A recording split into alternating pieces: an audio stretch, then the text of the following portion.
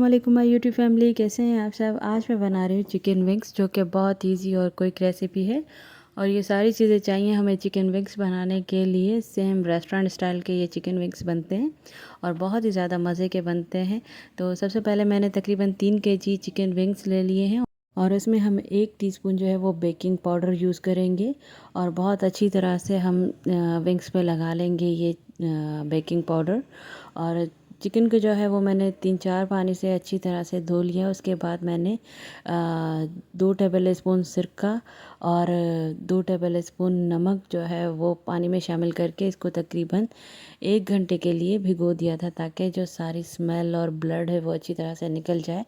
Powder मैंने बहुत अच्छी तरह से मिक्स कर लिया है और जो विंग्स हैं उनको मैंने 2 पीस में से कट कर लिया। ये ऐसे जॉइंट थे तो मैंने इनको 2 पीस में अलग कर लिया है। आप चाहें तो इसको जॉइंट ही रहने दें, ठीक है। अच्छी तरह से मिक्स करने के बाद हम इसमें शामिल करेंगे 2 से 2.5 टेबल स्पून लहसुन अदरक का पेस्ट, 2 से 3 टेबल स्पून लेमन जूस और उसके बाद हम इसमें स्पाइसेस शामिल करेंगे। तकरीबन 1 टेबल स्पून इसमें हम शामिल करेंगे कुटी हुई लाल मिर्ची, 1.5 टेबल स्पून हम इसमें शामिल करेंगे नमक, 1 टेबल स्पून इसमें शामिल करेंगे पिसी हुई लाल मिर्ची, 1 टेबल स्पून इसमें सूखा धनिया, 1/2 टेबल स्पून इसमें हम शामिल करेंगे ज़ीरा और 1/2 टीस्पून हम इसमें शामिल करेंगे काली मिर्ची, ठीक है।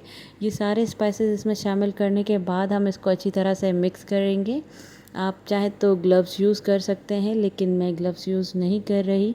हालांकि स्पाइसेस है, लेकिन फिर भी क्योंकि मुझे ग्लव्स से थोड़ी सी परेशानी होती है, इसीलिए मिक्स करने में और अच्छी तरह से मिक्स नहीं होता मुझसे। तो अच्छी तरह से हम मिक्स करेंगे, एक एक विंग्स पे लगाएंगे मसाला और अच्छी तरह से मिक्स करने के बाद अब हम क्या करेंगे, ये जो इसको तकरीबन हम 3 से 4 घंटे के लिए रेस्ट दे देंगे, ठीक है। अच्छा जी, अब हम एक एयर टाइट कंटेनर ले लेंगे। उसमें हम तकरीबन 1 कप कॉर्नफ्लोर और 2 कप इसमें हम मैदा शामिल करेंगे और उसके बाद हम इसमें स्पाइसेस शामिल करेंगे। तकरीबन 1 टीस्पून जो है वो लहसुन पाउडर, 1 टेबल स्पून इसमें लाल मिर्ची पाउडर, 1 टीस्पून इसमें जिंजर पाउडर और 1 टीस्पून नमक और 1/2 टीस्पून काली मिर्ची, ठीक है। तो ये स्पाइसेस आप अपने हिसाब से कम ज़्यादा कर सकते हैं, विंग्स में भी और इस फ्लोर में भी आप कम ज़्यादा कर सकते हैं।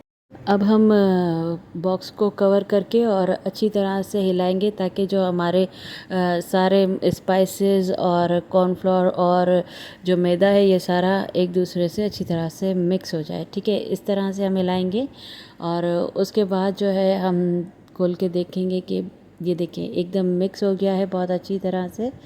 तो अब जो हमारी विंग्स थे, जिनको हमने 2-3 घंटे पहले इनको हमने स्पाइसेस लगा के छोड़ दिया था, वो उठाएंगे और वो इस फ्लोर में ऐसे करके डालेंगे और उसके बाद हम फिर से कंटेनर का ढक्कन करेंगे बंद और अच्छी तरह से ऐसे हिलाएंगे, ताकि जो हमारा आटा है, जो फ्लोर है हमारा, वो अच्छी तरह से इस पे लग जाए, विंग्स पे अच्छी तरह से लग जाए। अगर आप इस प्रोसेस को फॉलो करेंगे तो बहुत अच्छी तरह से विंग्स पे ये लग जाता है। तो ठीक है, इस तरह से फिर हम इसको झाड़ के, मतलब जो फालतू आटा है इसके ऊपर, वो उसको झाड़ते जाएंगे। ये देखिए कितनी अच्छी तरह से लग गया है।